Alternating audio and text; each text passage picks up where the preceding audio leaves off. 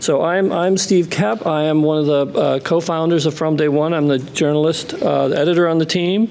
And I have to say it's great to see you all here. This is the biggest crowd I've seen since the other day I was in a barbecue line in Texas, and it was almost as many people. And they didn't really wear masks, so it's different states, different styles.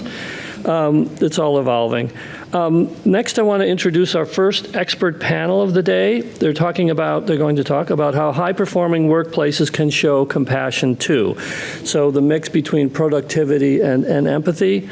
This discussion will talk about how a competitive, innovative business can still deliver empathy and compassion in order to engage and retain employees at a time when we all know, especially those in talent acquisition, that it's been rough. This panel will be moderated by Enrique Cerna, who's worked for 4 decades in Seattle TV journalism, most recently as a senior correspondent for Cascade Public Media's KCTS 9. In the process, he's won 9 regional Emmy Awards.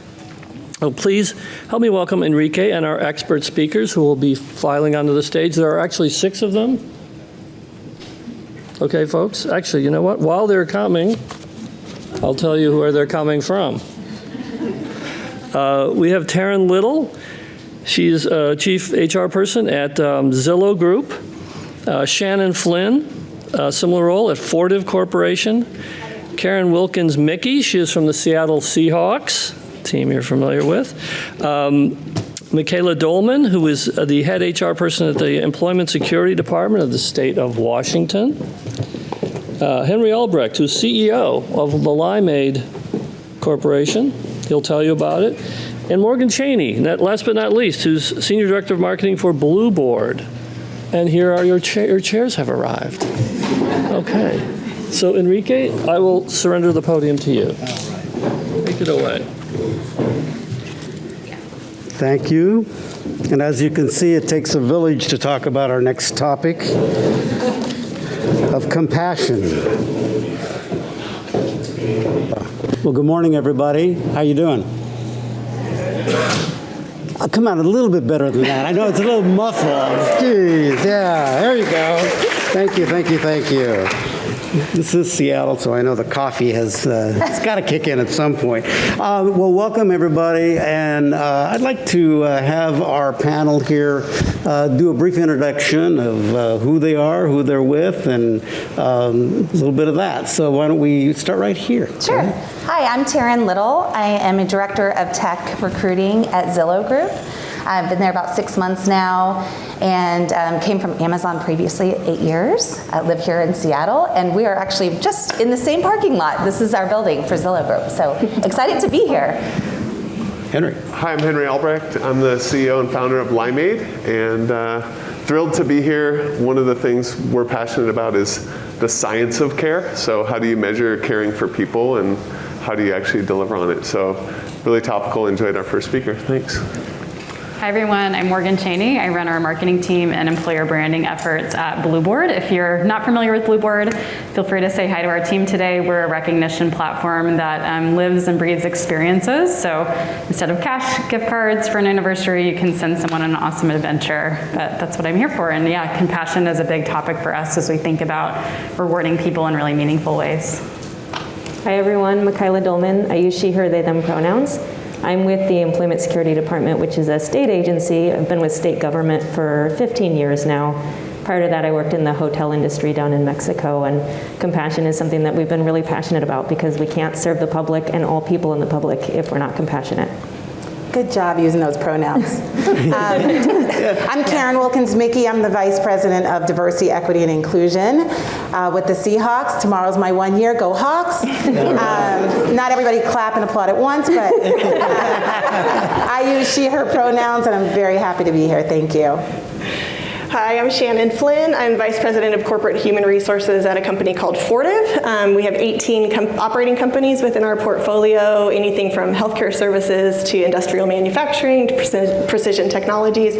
Prior to Fortive, I was at Microsoft for 23 years in a variety of talent acquisition and HR roles, and just really excited to talk about this topic. So we have a diverse group here, and knowing that in every organization, if we're talking about compassion, particularly in these times, it's going to have maybe a different focus or a different approach from the state level to a private company to all the different types of businesses that we have. So I'd like to start with your organizations, and each one of you give me a little bit about how compassion is meaningful in your organization, what you do to make it possible, and why it's important to the work culture. So, Shannon, I'm going to start with you right there, and let's just go down the line here. Have each of you establish yourselves. Okay, yeah. So Fortive, we spun off from Danaher 5 years ago, and anybody who knows that history, we're very scorecard driven, so a lot of green and red, mostly focusing on the red. And I think the pandemic really shifted that. So while we've cared about our employees and our employee base, I think obviously we had to take a different tact as we went through and sent a good majority of our employees home. I think that it's interesting talking to an HR audience about this because I think most of us live it and breathe it every day. But really, the key thing for us was around how do we connect to our employees in new ways, especially given that we can't do things the way that we've normally done them. Kaizen events where you would get a diverse group of people together to solve a problem. Now that you can't do that in a span of 3 days, how do you do it remotely and do that well? But I think it's the key thing for us has really been about transparency, empathy, and I'm going to take the Brene Brown route and say vulnerability from our leaders. I've been so pleased to see how all of our executives have stepped up and talked about how this has challenged them, talk about how they've had to manage their teams differently. And I think the more that we do that, the better all of us will be as far as still getting great performance out of our teams, but in a way that shows that they're not just a number, it's not just about the results, that we really care about the individuals and making sure we're enabling and empowering them. So I think that was my key takeaway from the pandemic so far. Karen. Yeah, I joined the organization during the pandemic. I mean, I left an organization and came into an environment where I had to learn the organization through the screen. And that's very unusual, and some of you may or may not have experienced that, but it's different. But the Seahawks, it's kind of interesting because we're all about team, we're all about camaraderie, we're all about togetherness, and here we are in a situation where we can't do any of those things. And suddenly we're forced to figure out how to use technology to connect in a way that we've never had to do before. So I've come from technology, so I'm used to the environment of a virtual world, of being connected and having meetings, but that's not the Seahawks. We're used to getting in a room, going to someone's office, talking to one another, and getting connected that way. Now we're split, where you can't go to different levels of the floors. So that creates a divide not because we want it to be that way, but because we have to keep the team safe. And so you go from this, everybody can move around freely to now you can't. How do you connect? How do you continue to know who your fellow teammates are? It makes it very difficult. So one of the things that I felt I'm really proud of, and I'm speaking from my perspective in the year that I've been there, is we really leveraged the opportunity to connect with people on a different level. And we amplified the voices of those who we typically don't see or talk to all the time in this way. And so rather than, when you think about the Seahawks, you think about externally, you think of the team, but there's a whole lot of people inside operating that. And so we started, this whole year has all been about getting to know your teammate in a different way. And that really does drive empathy. It really drives a connection, because when you hear someone's story through storytelling that you didn't know before, it connects you in a completely different way. And so we started throughout the pandemic, obviously, that forced us to operate in a different way, but we have surprisingly shifted very, very well, to the point that we're now looking at our workforce and deciding, what do we do now? How do we want to stay or be, and how do we want to shift to continue to support our employees the way that they need to be supported? And so it really forced us, but not just us, all of us, to slow down, recognize what's important to us and each other. And I think that created a more compassionate world, right? Personally, I think, company aside, aside, I think it created more compassion for each other to just slow down, pause, reflect. What do we need to do? And not just like go full speed back into it, but take this time to decide what's the right thing to do. Not just, let's just go back. And I think we've been very, very intentional about that. So my guess is that many of you didn't know who employment security was before the pandemic. Almost everyone in the room knows who we are now. And you know, when the governor issued his stay home, stay healthy order in March of 2020, we went from around 4% unemployment to almost 30% unemployment overnight on a Sunday. So we showed up on Monday with our phones ringing off the hooks. We had about 1,600 employees at that time.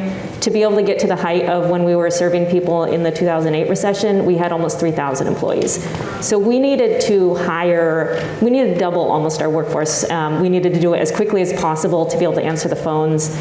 And for us, it was that realization of we're hiring people at a really fast rate. We have to try and figure out how to onboard them in a virtual world where we're trying to have no contact, and then train people in not just really complex unemployment law, but new laws that were coming out. Because when the CARES Act came out, that is brand new unemployment law that we had to figure out how to deal with. And then when fraud hit, which I mean, I know everyone I talked to is like, oh, I was a victim of fraud. Like there were a lot of people that got impacted by that. I was a victim. Yeah. You don't need to disclose. But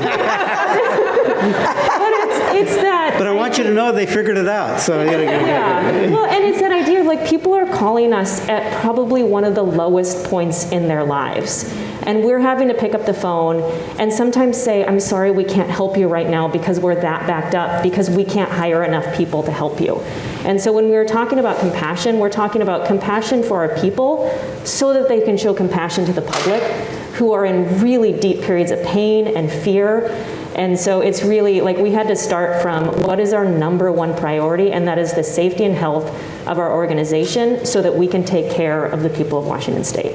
And that's been our focus over the last 2 years. Okay. I'll add two new things the panelists haven't already mentioned, but 2 ways that we're leaning into compassion at Blueboard. And for background, Blueboard is about 200 employees. We are fully remote at this point, scattered across parts of the world, but have really, first and foremost, leaned into our own company values. One of our company values that really personally resonates with me is building meaningful relationships. So that's, really thinking about that notion of continuing to create spaces to get to know each other, to have human-to-human conversation. While productivity has increased so much in the world, a lot of you probably saw a Microsoft study that pointed to over 40% of the workforce feeling very burnt out right now.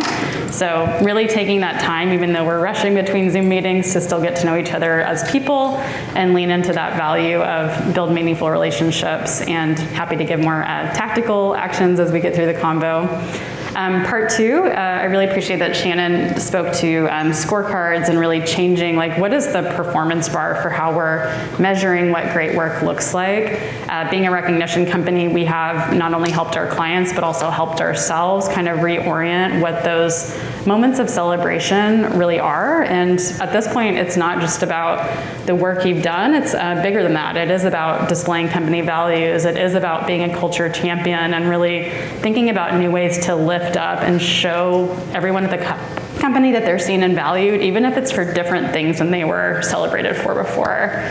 So happy to dive into that more as we get into the convo too, but I'll pass it to Henry. Exciting. So I'm Henry. I think Limeade is a well-being company, and I think we always approach this concept of caring for people, I guess, through a lens of science. And so there's a lot of stats that I could play out at the start of COVID, where we found like 50% of people felt their stress was manageable if they felt their company cared for them. And if they didn't feel their company cared, it was something like 14% had even manageable levels of stress. So like, it's just radically different. Or if you know your company cares for you, you're like 8 times more likely to feel included and twice as engaged and productive. So I think I took this kind of statistical and academic lens to it. And then when COVID hit, it just got a lot more visceral and real for our company. And you see people with kids at home who have special needs, and they can't take care of them the same way they could, and they have to quit or leave the workforce. And we had some great leaders, including some folks here today, our head of marketing, who said, the first thing we have to do is just show care. And I would say it was a pretty brutally humbling experience for a lot of us, including, the guy in the room who's always been the business person and the go-getter, to realize what care really means and what empathy really means. And it's not something you can just kind of spout statistics about. It has to be felt. And one of the best ways we found to do that was real listening to the employees. And that could be calling someone, seeing their face on the Zoom, seeing what's going on behind them on their Teams call. We actually even acquired another Seattle company last year called Tiny Pulse, which is just all about listening. And I think empathy and care are sometimes viewed as over here while business results are over there. I think we can prove that actually the more care you show, the better the business results and the lower the retention. And it's been a hard journey, but actually I think you got to lift the weights to get stronger. So thank you. Yeah, so I joined Zillow Group during the Great Reshuffle, as you all have heard the terminology. So being 6 months in, some of the things that led me there was leaders lead with heart, and they're all about empathy. We do surveys to our employees on a quarterly basis to make sure that they are engaged. We look at our retention and attrition rates, and we talk about them. We talk about them openly, and we do a ton of trainings around crucial conversations and just making sure that we are, leading our teams with empathy. It's not just about the results. Of course, it's a business. We are, paid to work, but being more flexible at home. As you mentioned, people are dealing with all kinds of things in their houses, and we don't know that. So as a leader myself, I have been more flexible and adaptable to people's schedules, and you just have to understand that there's a lot that we're all trying to balance. So that's a little bit about Zillow Group and how we're handling it now. So in the conversation, what I've heard here so far is that we're a lot of talk about COVID, obviously, because we're wearing these, and that's our lives these days. But the other thing that happened also in the past couple of years is the racial reckoning in the country, which I think is, it has really added to the division, the concern that we have. We get protests here. How did you address that, and at the same time with what's trying to run a business? And I would imagine that for the Seahawks, when you have 70% of your players are black, but what about the organization, the people that make it work? Yeah. Well, please start with you, Karen. Yeah, so when May 25th hit, George Floyd, the killing of George Floyd, and even prior with Ahmaud Arbery and Breonna Taylor, I wasn't with the Seahawks, but I do remember that time. And I remember going through my week, feeling a pit in my stomach and not knowing what to do with it. No one else knew I had that pit in my stomach, but I had to continue to go to meetings, but I wasn't the same. So finally, 5 days after, I was not myself. I stopped a meeting and I said, I have something to say. Being the only woman of color, I decided to tell them what I felt. And because I feel like if I can't bring the best of myself to work every day, and if I can't trust who I'm around to tell them my truth, then I shouldn't be there, right? So I felt that I was in this safe environment to be able to tell my truth. And my truth was I was hurting. And I said at the time to my direct manager and my peers on the team, I said, I want you to know that I'm hurting today, and I've been hurting all week. And I have not expressed that to you, but my sense is that there are people within the organization also hurting that don't have a seat at the table, nor do they feel safe enough to tell others they're hurting. And I want to do something about it. And so at that time, I wrote a letter to all of leadership. I worked at Alaska Airlines prior. And I said, I want you to know that this is something that I'm experiencing, and your employees probably are too. So lead with care. Do not ask. Don't probe. Don't go, I'm sorry. If they're not, just make it a welcoming environment to let them know that you're there and that it's safe to feel what you're feeling. And after I said that, a lot of the leaders said, oh my gosh, some of our team didn't show up to work, and I wondered why. And some of our, we had a large percentage of employees that didn't work during this time, and I didn't know why, because they didn't have to think about it, right? But this was pre-George Floyd, but then there was George Floyd, right? We were all home looking, watching, listening. The light was bright. And every organization went straight to action, right? Statements were put out, people were doing things, they were creating trainings and opportunities. The Seahawks no different. We all jumped into action. And that's good.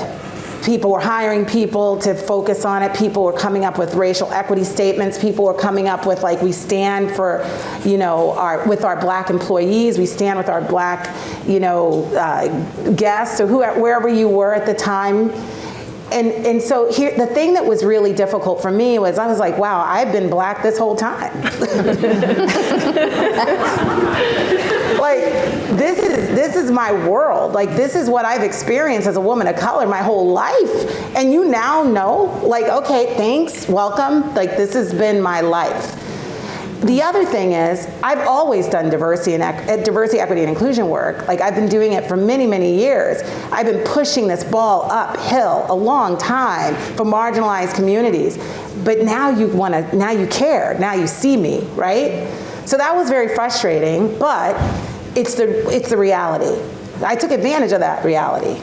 I didn't go, well, now you care. In my head I was thinking, but I took advantage of that opportunity to educate and inform and make sure that never happens again, and make sure that it wasn't that moment in time, but this is beyond that, right? And so now what I do in my organization now, I'm fortunate enough to be surrounded by people who care and who want to keep the conversation going. We started a series, Hear Our Stories series, which I'm going to right after this, where every month, pretty much every month, we have conversations to amplify the voices of those who were typically unheard within an organization, connected to cultural celebrations. Really easy to do. It was just about creating the platform to have and open up the conversation so stories don't get lost. So you talk about empathy and compassion. When you know a person and they tell your story, you care. Right now, you all care about what comes out of my mouth because you've now connected to me. So if I tell you a story, you're going to feel that empathy and compassion for me. And so we create that and bring it to life. That's really important, and we've done that since that time, and we continue to carry it through. And Alaska Airlines has done the same since I've left, which makes me very happy. It's not about a statement. It's about making that statement come to life and living it. What about the others in your organizations? I mean, what have you done to address this? Go ahead. I just wanted to build on Karen's sentiment. We also recently, every week we have what we call Friday, which is the whole company gets together, and it's typically celebration oriented and let's signal a different department and learn more, but we also have moments where we can have deeper conversations. And I'll say at Blueboard, ever since even just with COVID, let alone all of the things going on in our world regarding race and marginalized groups, was just using those moments every week to have real conversations from our leadership team. So that kind of helps set the foundation. But I'll say what's been a lot more powerful, just to build on what Karen mentioned, is it's not just for leaders to communicate what their experiences are, but really hearing from anyone at the organization, whether you're an intern, whether you're an entry-level employee, all the way up to leadership, and having that opportunity for everybody. Just last week, in honor of Martin Luther King Day coming up, to really ground everyone around having yesterday off, and not a day off, but truly a day to be on, and remembering and doing active work ideally. We had a moment where a variety of employees were able to share their own personal stories from our Black-oriented ERG to really help ground people in what it is like to live that life and have those experiences. And one that stood out to me, we had an employee literally at our office space be kind of, focused on. He was picking up a lot of packages. He is a Black employee, and even though he worked there and it was a very normal thing for him to go and receive FedEx boxes and be gathering a lot of things, there was a random bystander who took out his phone and started filming him, assuming that he was trying to steal them, which was awful. And he worked there, and the person actually followed him all the way into our office, which is also very scary and not their business. But it was a recent experience that really informed me as a white woman of this is what this group goes through. We need to be absolutely advocating. We need to be aware, and to hear that firsthand from not just a leader up here in their high tower, but from a real employee who lives and breathes every day at Blueboard was really powerful. So I love that you're doing personal stories that we're hoping to model that as well at our company more. Go ahead. Yeah.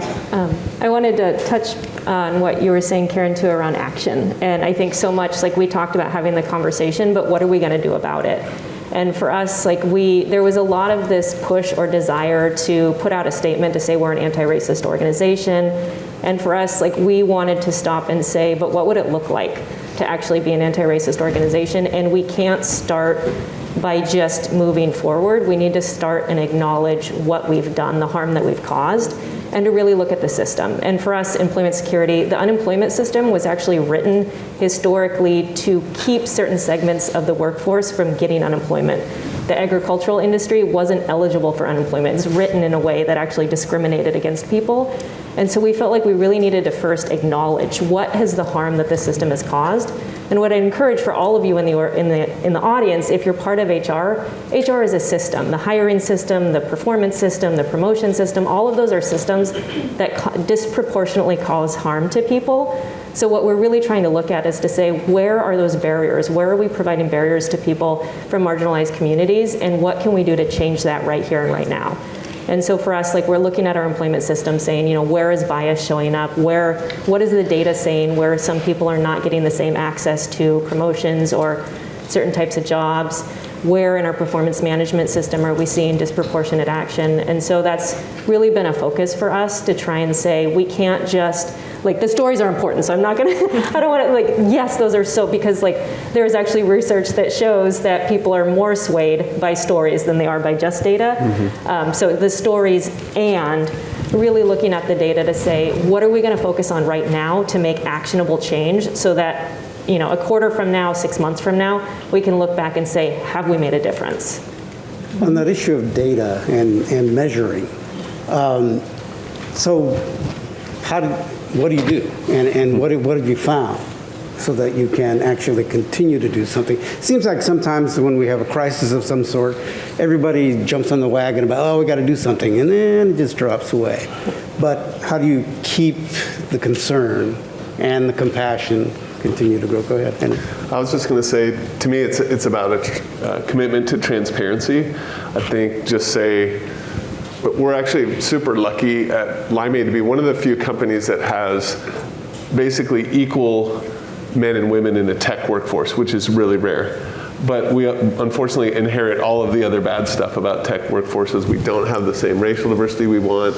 We're not, the tech workforce is kind of known for that. Mm-hmm. But I think if you commit to transparency and say, here's our board, here's our leadership, here's our data, and in your annual report you put it out, and then you set goals next to it, I think that's important. And a lot of companies aren't setting goals. We're actually in our OKR process, our goal setting process for the year right now.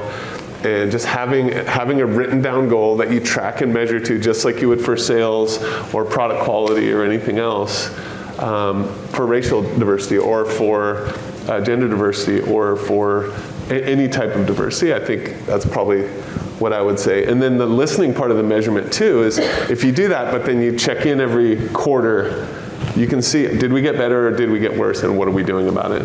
So turning it into, away from more of a philosophical argument about what we believe, and into just a way of doing business. Because I probably am the most privileged person on the stage. I could tell you some cool stuff we're doing, but my guess is I'm not going to add to the body of knowledge in this room in any material way. The only other thing I would say is, in the white spaces or those super privileged spaces is where I think there's more impact. It's easy to come to a group of like-minded people and say what you believe, but it's harder when you're in that when you hear something inappropriate said, to put your reputation and your line and your comfort on the line and say something. So I guess that's something I aspire to, but probably have some work to do. Anything else you want to add from the others about? I just have a question, maybe for action for everyone in the audience too. When you're thinking about the structure of your surveys and thinking about, are we making an impact?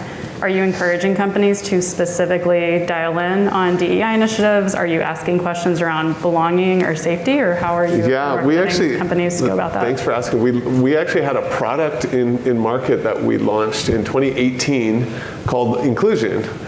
And it measured a sense of belonging and feeling valued and worth, and we also look at diversity and equity the same way. It was a super unsuccessful commercial product in 2018, 2019, and 2020, and 2021. And what we realized, there's just not a lot of budget for software. Like I have a friend who's a chief diversity officer of a 300,000 person company, and she doesn't have a budget for software, and we sell software.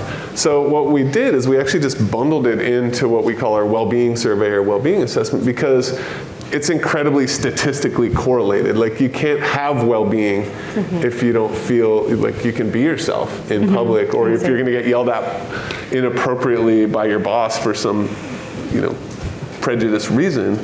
So it's just bundled in now, and that's actually a great conversation to start. Like, hey, we're doing really well on physical health, but none of our employees of a certain type feel welcomed, and they're quitting at a higher rate. So, Taryn, is there anything you want to add? I would just say, in my previous life at Amazon, we started tracking tenure, promotion, velocity for those that are underrepresented, and it really was eye-opening, and for the leaders to be able to say, like, we're not being equal here. We've got to fix this, and putting together career development plans for those that were not being represented. It was. I'm also in the tech space, and so we understand that the market might not be there as well, but we've got to focus on it. We have to be intentional. And so we would track, and that was a monthly look back. So we wanted to make sure that we were really, pushing things along. I was going to add just one thing. So Fortive has a strong manufacturing background. And when you think about manufacturing, especially for me coming from Microsoft in there, it was pretty eye-opening as far as the kind of management styles that you would see. And I would hazard to say it was fairly old school. We expect you to be in the office certain amounts of times and everything else, and it was just very different. But one of the questions was, how do you measure empathy and compassion, right? And I think one of the things that we did a few years ago was, and many companies have this, but most companies have core competencies or behaviors or leadership behaviors that they track. And I do think those became more and more important. And what we did, we actually have a really robust program around talent development and movement and succession planning. And so basically what we did was we really doubled down on, let's look at our behaviors that really help get the right kinds of leaders into these roles so that we get the right kind of management and kind of compassionate management for our employees. And that's made a big difference just in even the sentiment that we get from our employees. And so I think you can track, building extraordinary teams is one of our core value drivers. But who's in those roles and how are they doing that? Whether you're an individual contributor or a manager, inspiring is one of ours, right? And making sure that we've got people that are really living that. So when you talk about the system, right, of HR, there's so many levers you can pull. But I think when you think about measuring, we did the typical things. We took our 1 year or once a year employee survey. We do it quarterly now. We have a belonging and inclusion section on it, which is new. So we did all of those standard things, but I think at the end of the day, until you get it to be just a core part of the culture, and in some ways, I don't like to say it comes from the top, and I don't like to say it comes from the bottom. It has to be both, right? And how do you? I'm going to use a term that we had at Microsoft, which is how do you activate the middle? How do you activate the middle? So you kind of get both directions of this, but it has to be the whole spectrum. And I think those behaviors and doubling down on that can really make a difference. What can you point to as a real success that you've had in this area of really kind of developing the compassion in the workplace and having an impact? Well, come on. I can start it off as like a success and a failure. I guess I'll just preface it that way. That was going to be my second question. Okay. Go ahead. So we were talking about before around safety, right? And so like you have your employee engagement surveys, you ask for feedback, we've been doing listening sessions. And for so long, the feedback and the data was like, yeah, things are fine, but we knew they weren't. And so over the past 2 years, again, I've said, we've really tried to focus on the employee safety and health and mental wellness being our #1 priority. And through that, like demonstrating and earning people's trust over time that we really care, and that if they're going to tell us that we're failing them in some way, that we believe them and that we do something about it to make it right. And so the success being that we're getting a lot more complaints right now. And it's good because it's people who've been saying, I've been in this organization for 15, 20, 25 years, and this is the way it's existed for me. And now I finally believe that you're going to do something about it, and they're starting to bring things forward. And disproportionately, it's people of color, people with disabilities, and people from the Two-Spirit LGBTQIA community, because they finally believe that we are going to invest in them, that we're going to be doing something different.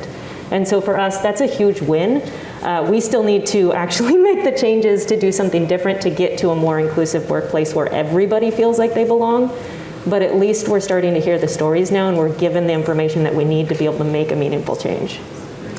I just wanted to share, I think that's great. I think one thing I want to share with you all is don't look at everything like a one-size-fits-all. When you come up with something, even if you get a survey, and here's my thing about surveys. I don't believe that everybody's honest in the survey. I think people typically will do a survey and be like, oh, I'm going to say this, but this isn't really what I want, because I think that somehow it's going to trace itself back to me, and then my manager's going to know that I said this. So I don't necessarily trust the survey all the time. So that's why those conversations in creating safety, so that whether it's safety with like your ERGs, safety with your managers, safety with your councils, whatever you need to do, creating leadership safety circles somehow to get people to feel comfortable having real conversation. That's when you're going to really get the themes. So one of the things I would say that I was really happy about is when I came into the organization, I really spent the time having conversations. And it wasn't I didn't want conversations like, look, don't come to me like, just complaining, but I'm asking very specific questions so that I can have common themes. But even then, people are like, oh gosh, it's there. Like Karen's asking me these questions. Like, look, I'm not trying to say like Karen said or you said. I truly want to know what people are feeling, and if there's common themes from everyone, then we can then address those common themes, because then I have a majority that have said this is something that I would love to see. But it is not a one-size-fits-all. So even though maybe a group, our population says this is what they're feeling, it may be very different for someone else. So how do you get that middle and get it right? And so I say, just always look at things knowing, like you all probably are in organizations where you have different departments, different work groups, different whatever. Like we have, a group, like we have different companies. Like we have a stadium, we have the training facility, we have football operations, we have business operations. Like they are all different.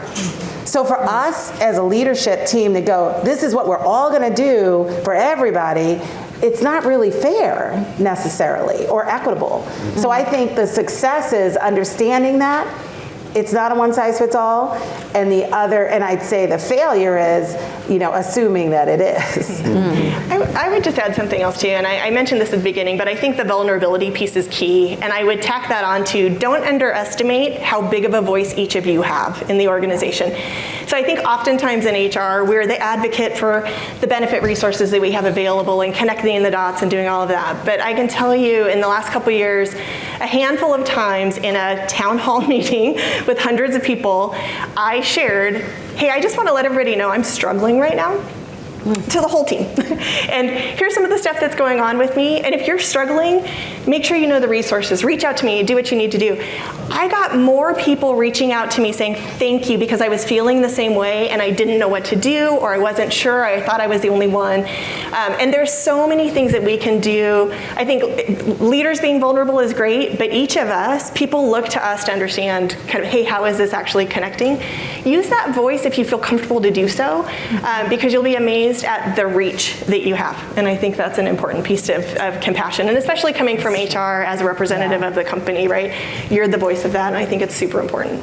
We have about 5 minutes left. I'd like you all to kind of touch on this, and that is that what needs to really improve, and how can you improve it? What are the challenges going ahead and trying to continue, I guess, with what you do, but also to make sure that people know that hey, your business cares about them, and that compassion is something more than just, hey, something we're talking about right now, and let's make sure that we reach our goals this next week. So I'll just underline again the really strong importance of having culture driver versus impact and business KPI driving.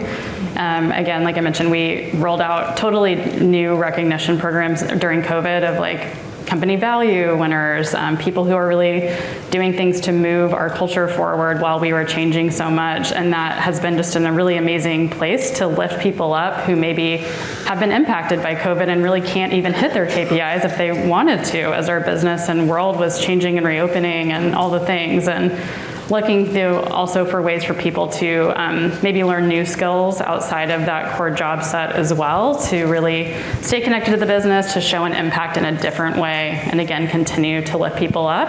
It's not about taking off the gas on driving the business forward. It's an understanding that to have a positive culture will drive our business forward, and they're really connected versus separate things. So that would be my kind of takeaway for the audience here.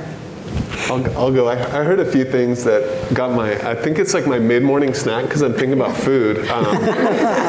So like I would say there's like the top-down elements of care. Do the leaders show up as empathetic? Are you measuring key metrics of transparency, diversity, equity, inclusion, et cetera? Like the top layer of bread is the top down, and then the bottom layer, all the stories, the individual moments of care that you get with your team and your peers when you're covering for them because they have mental health issue or kid issues or COVID or whatever. And then the middle, I think, I forget who it was that said it, is that like that manager layer, that the meat of it is, do you have inspiring middle managers who can connect with the purpose of the company and the true mission why you exist with the day-to-day people? So I would just say, maybe because I'm hungry or not, but for me, we've found that the most important thing is the manager. And do those managers inspire and connect and make people feel included and valued? Or are they just trying to get promoted? And so we've had to really rethink that. I've tried to rethink as much as I can about my own behavior that's enabled that, but just really try to rethink that. And then the salt and pepper on the sandwich are the little things you can do every day. Like I don't know, maybe it's just a word, like you sharing your pronouns. Or one thing I'm proud of personally is we're on a public stock exchange where the default word was chairman, like a board chairman. And it's not necessarily a compliment to call a woman a chair, but it's better than chairman, I think. So we changed that in all of our legal documents, and no one had done that before. And so like it's a pretty small thing, but if 1,000 of those things happen, maybe something good will happen. Yeah, and I would just double down on that. I mean, I think as long as I've been in HR, manager has been one of the top 2 reasons people leave their jobs, right? So if we're not making sure we have the right managers in place, especially during the great resignation, right? I think it's going to continue to be an issue. The one other piece that I would say is, I think related to that is, it has to continue to be an ongoing conversation, right? And so whether it's an ongoing conversation with HR to the company, whether it's ongoing for employees with their managers, but I think even return to the office conversations, for example, it can't be a one size fits all, but there's got to be a conversation about what do we need from the business perspective, and how do we make sure that we meet you where you are with some of the particular challenges that you have. And so I think just understanding that we have to continue to learn and listen is probably my key takeaway. Taryn, you want to? I would just say a couple tactical things that Zillow has done that I think are meaningful. It'd be more the salt and pepper. Would be that we do they call it OZAS, one Zoom, all Zoom. So even if you are in the building all together, everybody's on their laptop, everybody has their video on. And then we also do 5-minute after meetings. So we don't start on the hour. We give the 5 minutes in between meetings so you can actually get a bio break or check in with your family or do what you have to do inside your home. And it's been super important to stick to the 5. It helps the team to just disconnect. So I think that there's like little bitty things that you can do on a regular basis to make sure that you're engaged with your team and giving them some space. All right, well, maybe we've given you a recipe here to keep the food theme going. Thank you all to our panel for your input and the conversation, and I hope we've given you a lot to think about as what you can carry forward here, because God knows we need a lot of compassion in the world these days. Thank you very much. Good job.